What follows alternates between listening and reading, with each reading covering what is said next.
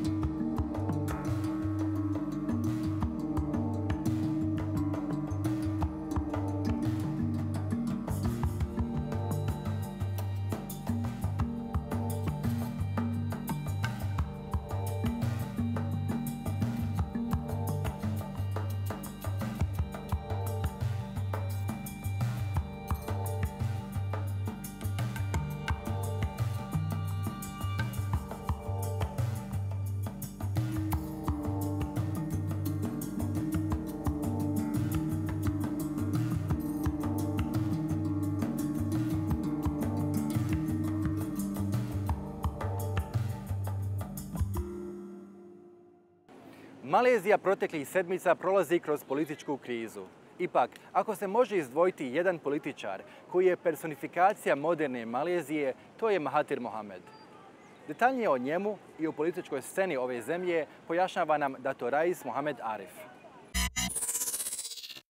So, Dr. Rais Mohamed Arif, hello and welcome to Al Jazeera. Now, to start with, The Guardian recently ran an editorial piece claiming that the changes in Malaysia were a royal coup. This was quite a harsh statement coming from a Western media outlet. What is your take on that? I think Guardian editorial was a little confused with what is a constitutional monarch in Malaysia. I think if everyone follows the events leading to the appointment of Tan Sri Muhyiddin Yassin as the Prime Minister, they will know certainly that the king, who's the sovereign, constitutional sovereign, have followed and strictly adhered to the constitution. I think probably the Guardian editorial have not read the constitution, where at the end of the day, the king will have to determine based on his own mechanism of ascertaining who commands the majority in the parliament. So what he did, painstakingly, he called all the 222 parliamentarians, interviewed them for 3 minutes each person to actually ascertain 3 things. Number one, who do you support as a prime minister? So he named 2 or 3 names. Then he asked whether you are doing this willfully without any coercion. And thirdly, are you going for dissolution? And only upon gathering all this data first hand, not through second hand, then he decided and he concluded that at that material time, Tan Sri Muhyiddin has the likelihood to command the majority, and therefore he called upon him to be appointed as the Prime Minister. So he's a constitutional monarch, not to be confused with absolute monarch, like in the Middle East or in Thailand or even in Brunei, where the monarch is absolute. So there's no such thing as a coup in first place. Now, the Prime Minister who recently resigned is Mahathir Mohamed.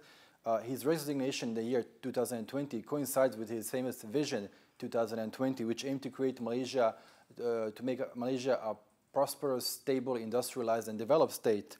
Has Mahathir achieved his objectives, looking back from today's perspective, and should he rightfully be considered the founding father of a modern Malaysia? I think in the first tenure of his prime ministership of 22 years, he has developed Malaysia from a very agrarian economy to more industrialized economy, and with far-reaching implication to the country. We have achieved many achievements during that period of time and during his first tenure. After he left, subsequently, then there was 2 other prime ministers who basically carried his legacy without advancing too much. And of course, under Najib, we got an infamous global kleptocracy government, and that was a big hit on our waypoints or path towards Vision 2020 realization, a fulfillment of objectives. Be that as may, he came back to rescue the nation. He formed and cobbled a coalition, which is called the Coalition of Hope, or Pakatan Harapan, and he won the election. Looks like he never loses elections. And he won the election, and then he tried again to resuscitate Malaysia to be on path to his Vision 2020, albeit the fact that he has to defer that to 2025. But be that as may, on the hindsight, things have happened, and now we have a new Prime Minister who's committed to some of the ideas that is contained in the Vision 2020, and he has his equitable shared prosperity, which borrows a lot of the objectives under Vision 2020. And now, as they always say, devil is in the detail, how it's going to be done. So I think he will then require a very strong cabinet, hopefully filled up with technocrats who will then help the politicians, together with the excellent civil servant that we have, to be able to deliver the goods to the people. For once, I've always asked everyone, all the politicians, to focus on what the people want, not what the politician want. Mm-hmm. Now, you mentioned kleptocracy. Despite Malaysia's progress in numerous fields, Transparency International and other international organizations have called out Malaysia and certain politicians for squandering state funds, for misappropriating state funds. How serious is this an issue for Malaysia, and what can the country do to tackle this problem? It is a very serious issue for us, for Malaysians, and that is why the Coalition of Hope, Pakatan Harapan, was actually formed to rescue the nation from the kleptocrats. And that is very, very important for us. And since then, all the benchmarks and indicators, including Transparency International, have put us in a better scale. Within a two-year period. Yeah, that 22 months period. Months. And we've gone up very many notches. And I hope, and I'm sure, knowing Tan Sri Muhyiddin Yassin, the 8th Prime Minister, he will stay the course of ensuring that greater transparency is accorded and afforded to the country. Now, when you observe Malaysia's role in Southeast Asia, Malaysia has managed to maintain close ties with the United States, with China, with India. Who are Malaysia's major allies here, and what kind of a role does Malaysia want to have in the coming, say, 2 to 3 decades? Malaysia, under Tun Abdul Razak, our second Prime Minister, initiated something called Zone of Peace and Freedom and Neutrality, ZOFAN. That essentially means that we are friends to everyone, enemies to no one. Obviously, we will have some issues, some differences of views with certain countries, certain nations, be it regionally or even globally. However, at any given time, we try to maintain a cordial relationship while registering our viewpoints. I think that is very, very key for us. And going forward, under the Prime Minister, Tan Sri Muhyiddin Yassin, this is very key for us, because at the end of the day, we all know global economy is very interdependent. Malaysia being a trading nation, we are very much susceptible to what is happening worldwide. We know there are 4 main issues now facing the global economy. Number one, the impending recession in the US, either second quarter or third quarter this year. That is going to come, although the Feds are trying their best to quell that issues. Then we have the post-Brexit issue in EU. There's also a little bit of uncertainty there. And number 3, the huge problems in India with regards to the demonetization, which has catastrophic economic challenges, as well as the religio-ethno issues at this point of time that is facing India. And China, there are 2 main issues. Many people point it to US-China trade war. I think that issue has been mitigated to a large extent. The 2 more issues that we need to really be mindful of is Yes, the coronavirus, and we still do not know whether there's a light at the end of this long tunnel and painful tunnel, excruciating tunnel. The other important issue that is China is facing is the domestic US $2 trillion debt bubble. Now, if that bubble bursts, it's going to have a horrifying impact on the global economy. And these 4 territories are in the top 5 of our trading nation, foreign trading nation. And this will have a very big material impact on our economy. That's why I've been urging and advocating for domestic economic resiliency, rebuild the domestic economic resiliency while trying to mitigate the impact on of the global economic sensibly quite gloom. Right. And finally, one of the goals of the Vision 2020 was to create a united Malaysian nation. How would you assess the current state of affairs among the different ethnic groups in this country and the state of democracy in Malaysia? I think the democracy is alive and vibrant. There are a lot of political activities in the last 3 weeks. Some people say one day is too long in politics. Malaysia redefined it to 1 minute, and things have changed very fluidly. Having said that, I think there are some challenges that the new government will face vis-a-vis the race relations. I think there is a peak in issues of race relation in the last 22 months, partially contributed to more pull and push factor, not necessarily something inherent, but more so on creating spin out of control, and now we are facing this. My hope, and I'm quite confident that Tan Sri Muhyiddin Yassin will focus on rebuilding the race relation, which is very key for us. Malaysia is a multi-religion, multi-race, and multi-ethnic country for a very long time. And yes, there are majority Malays, there are minority Chinese and Indians and Ibans, the Kadazans, and many races who live together, cobble their life to be in this country called Malaysia and make Malaysia as their home country. It is important that the government, under Tan Sri Muhyiddin, must be a government for all. And obviously, whatever happened the last few weeks will have some group of the people, some people within Malaysia, very happy and jubilant about it. There will be some group of people not so happy about it. So that's why I've been also advocating for anger management. When I talk about anger management, is that to constructively engage with these unhappy constituents and try to bring about to one direction, that is to rebuild country, rebuild Malaysia for all, not for the few. But does this mean that Malays, ethnic Malays, the Bumiputra, will no longer be considered as a privileged ethnic group within this country? I think there are some constitutional safeguards for the Malays and Bumiputra. I think that will continue because that is enshrined in our constitution. Yeah. Be that as may, it is also important that all our brethren, the Malay, the Chinese, the Indians, the Ibans, the Kadazans, and everyone, to be part of Malaysia, and they should feel. So the policies that should be coming out after this should address everyone, not just for the few. Right. I kept on saying that the government and the Prime Minister must be for all, not for just some pocket of the constituents, although they may be the majority.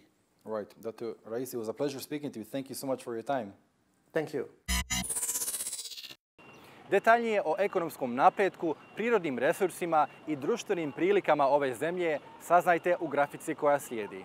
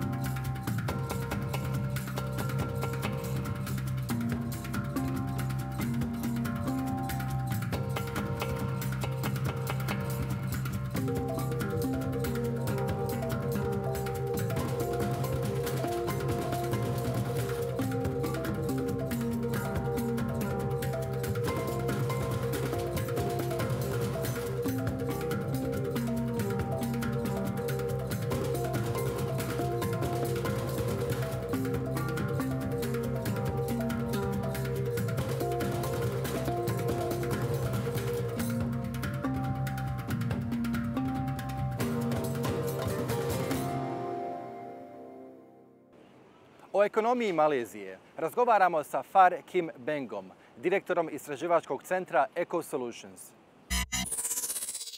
Now, Mr. Far Kim Beng, hello and welcome to Jazeera Balkans. Thank you.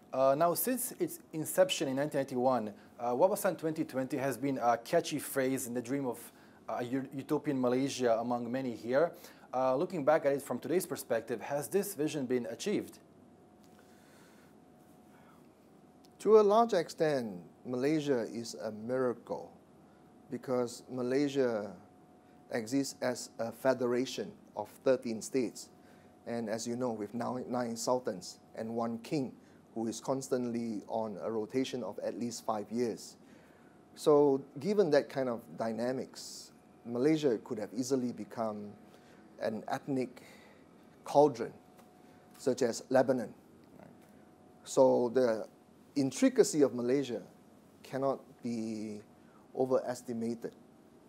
So given the fact that Malaysia is a very intricate and delicate country, where the history is still very short, because we only became independent in 1957, and the proportion of the demography more in favor of Muslims, because up to 70% of Malaysians are actually Malay Muslims or Muslims by confession.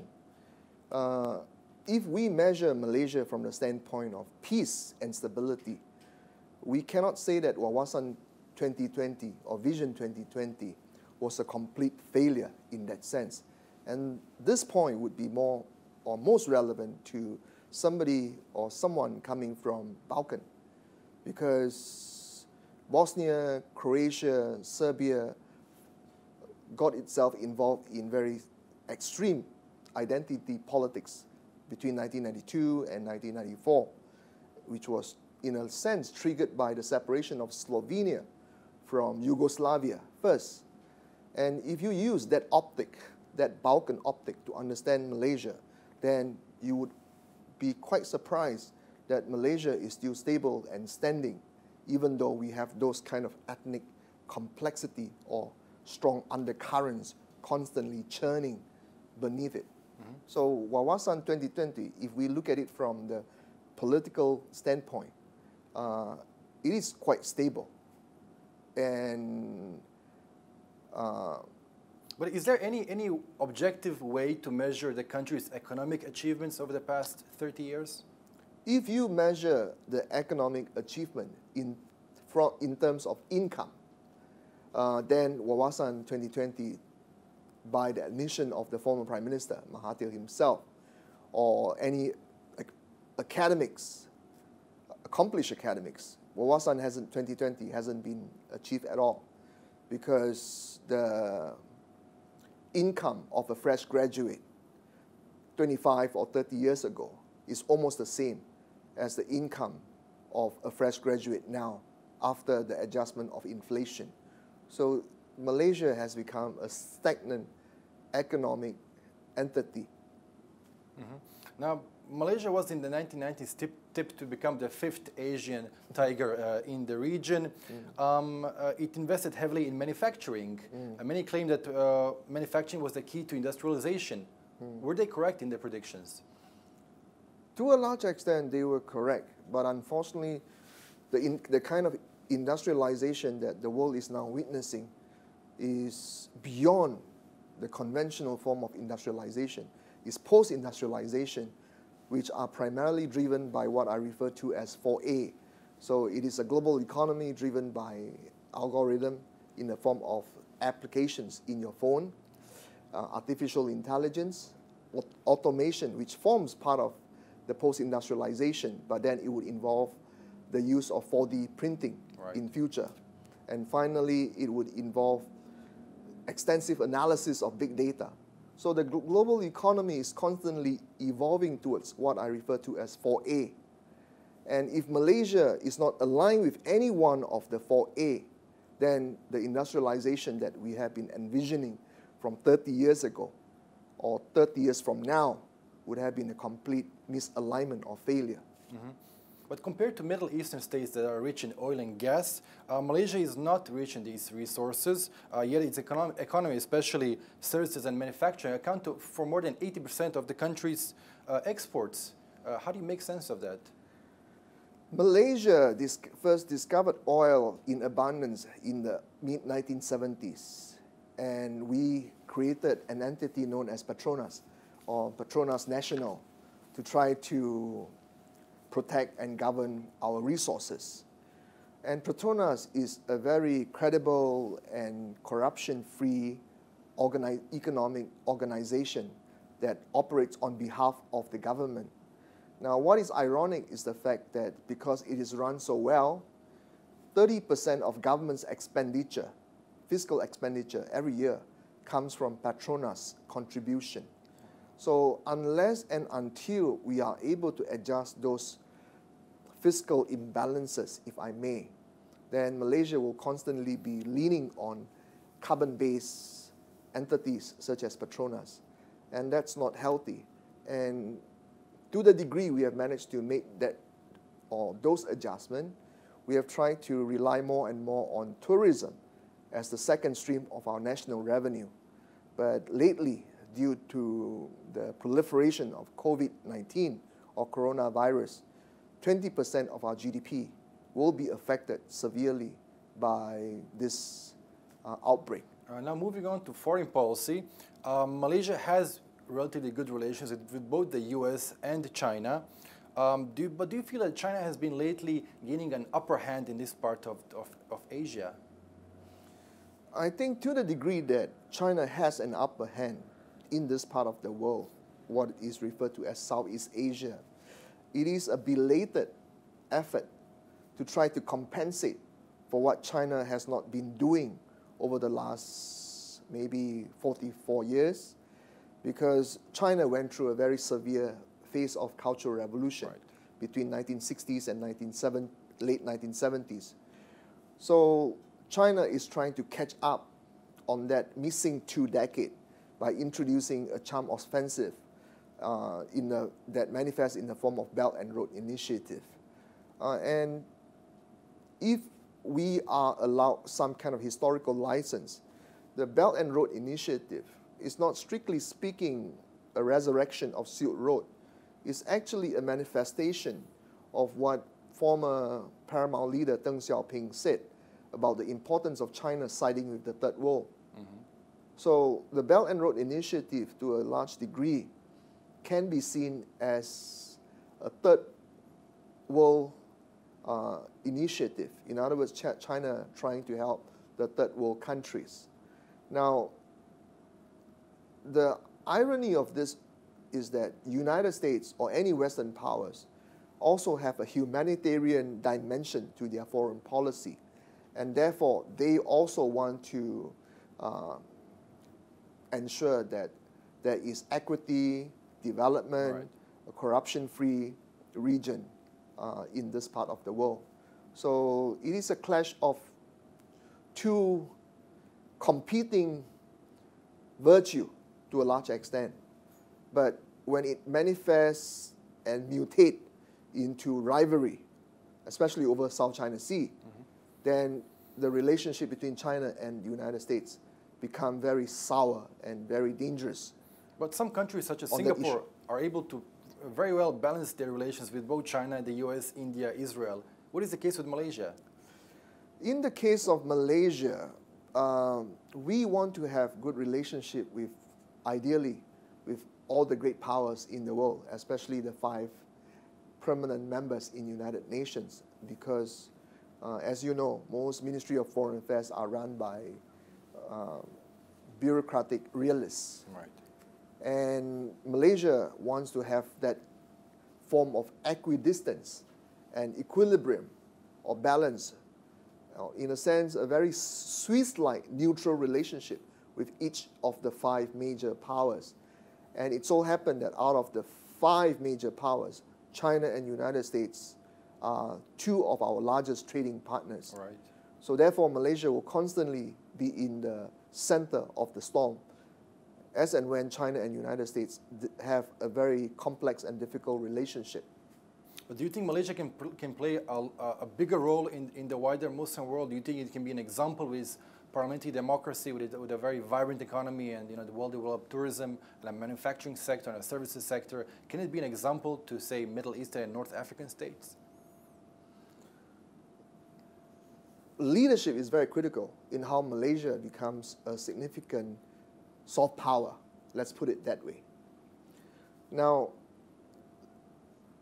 over the recent weeks, there have been huge turbulence over the processes and eventually resulting in Tan Sri Mahyudin becoming the 8th Prime Minister of Malaysia. The Cabinet of Malaysia hasn't been formed yet, but based on the speech of the Prime Minister, he said that he would like to form a cabinet that is clean, competent, and comprised of technocrats. Now, here we enter into a very major and significant issue, whether the leadership provided by Tan Sri Mahyudin Yassin, who is now our 8th Prime Minister, will be as good as what has also been promised by the likes of Tun Dr. Mahathir Mohamad, who was our previous Prime Minister, in combination with Datuk Sri Anwar Ibrahim, who might still have the prospect of becoming our future Prime Minister. So if all sides can work together and not allow ego to get in the way, then Malaysia has the prospect of enjoying the wisdom from the reservoir of the experience that come from the three leaders. All right, Mr. Fire, it was a pleasure speaking to you. Thank you so much for your time. Thank you. Poštovani gledalci, bilo je to sve u ovom specijalnom izdanju emisije Granice Istoka iz Malezije. Emisiju možete pogledati i na našem web portalu balkans.aljazeera.net. Hvala na pažnji.